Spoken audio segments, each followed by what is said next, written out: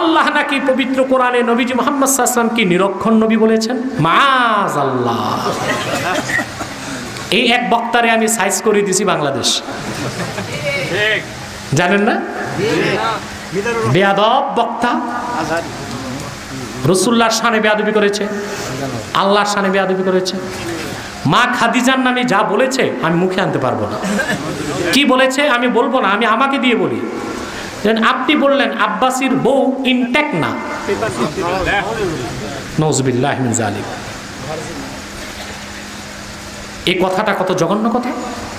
এই কথা মা আয়েশা খাদিজার শানে কেউ যদি বলে ওটা মুসলমান না কাফের?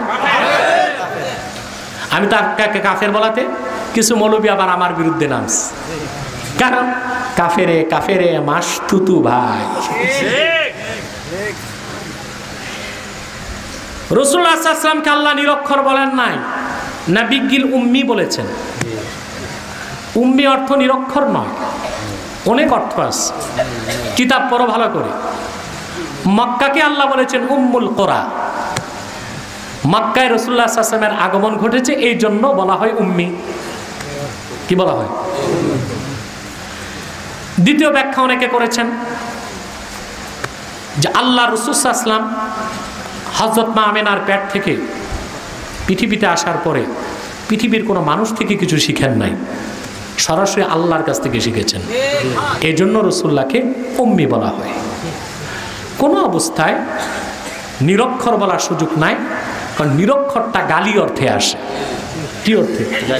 মূর্খ অর্থে। এইরকম শব্দ রাসূলুল্লাহর শানে ব্যবহার করা কুফর। কারণ ফতোয়া কাজী খানে এসেছে ইন্না ইস্তিগফাফাল আম্বিয়াই কুফরুন, নবীগণের শান খাটো হয় এই রকম কথা বলা কুফরি। আর যিনি সকল নবীগণের নবী আমার নূর নবী মুহাম্মদ সাল্লাল্লাহু আলাইহি ওয়াসাল্লাম, ওনার শান খাটো করে কথা বলা কুফরি ছাড়া তো আর কিছুই হতে পারে না।